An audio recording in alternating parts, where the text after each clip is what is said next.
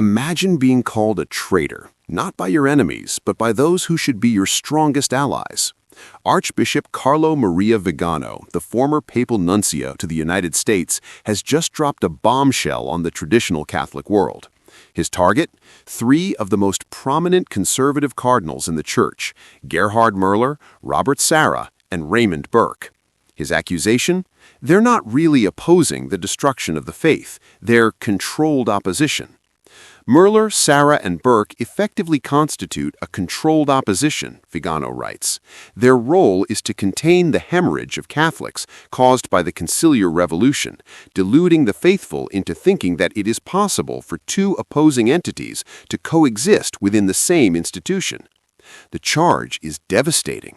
These cardinals, Vigano argues, criticize the direction of the Church while ultimately complying with everything that's destroying it. Let's look at his evidence. All 3 attended the Synod on Synodality. Müller even served as a voting member in both 2023 and 2024, directly appointed by Pope Francis. All 3 recognized the legitimacy of Victor Manuel Fernandez as prefect of the doctrine of the faith, despite what Vigano calls his literary activity as a pornographer and heretic. All 3 criticized fiducia supplicans, but never demanded its revocation. All 3 expressed disappointment after traditiones custodes, but did nothing to prevent its implementation. And, perhaps most personally for Vigano, none of them offered him a single word of support during the canonical proceedings that led to his own excommunication for schism. For Catholics watching this unfold, the question is painful. Is opposition real if it never leads to consequences? Is criticism meaningful if obedience always wins in the end? Vigano's answer is brutally clear. These cardinals, he says, refuse to see Vatican II as the root of the crisis. They persist in judging it, against all evidence, as entirely orthodox and consistent with the perennial Catholic magisterium. Because they must defend the Council, they must find compromises that don't benefit unity, but numb all dissent in the name of a false obedience. Unity, Vigano insists, is not primarily institutional, but doctrinal, rooted in the immutable deposit of faith. But defenders of the cardinals see things differently.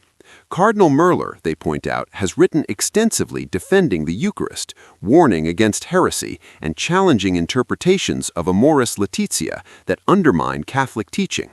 Cardinal Sarah has produced some of the most beautiful spiritual writings of our time, calling the Church back to silence, to the liturgy, to the centrality of God. Cardinal Burke has been a relentless defender of life and marriage, willing to formally question the Pope through dubia when doctrine seemed threatened. These are not men who have remained silent. They have spoken, they have written, they have warned. But Vigano's question lingers. Speaking and warning, is that enough? When the structures of the Church are systematically being transformed into something unrecognizable, is it enough to criticize while remaining obediently inside? The Archbishop's conclusion is stark. He calls on all bishops, including Müller, Sarah, and Burke, to support the upcoming SSPX bishop consecrations this July. Participating in the ceremony of the consecrations, he urges, would send a clear signal of unity that the threats from Rome no longer frighten anyone. The SSPX, after all, serves more than 700,000 faithful worldwide. Their bishops are overwhelmed. Without new bishops, their apostolate cannot continue. Rome refuses permission, and so they move forward anyway. For the 3 cardinals, this is the line they will not cross. For Vigano, that unwillingness is proof they serve a different master. So who's right? The men who resist from within, preserving what they can while hoping for better days, or the one who says the structure itself is poisoned and must be opposed from without? For Catholics watching this war among their leaders, the only certainty is pain.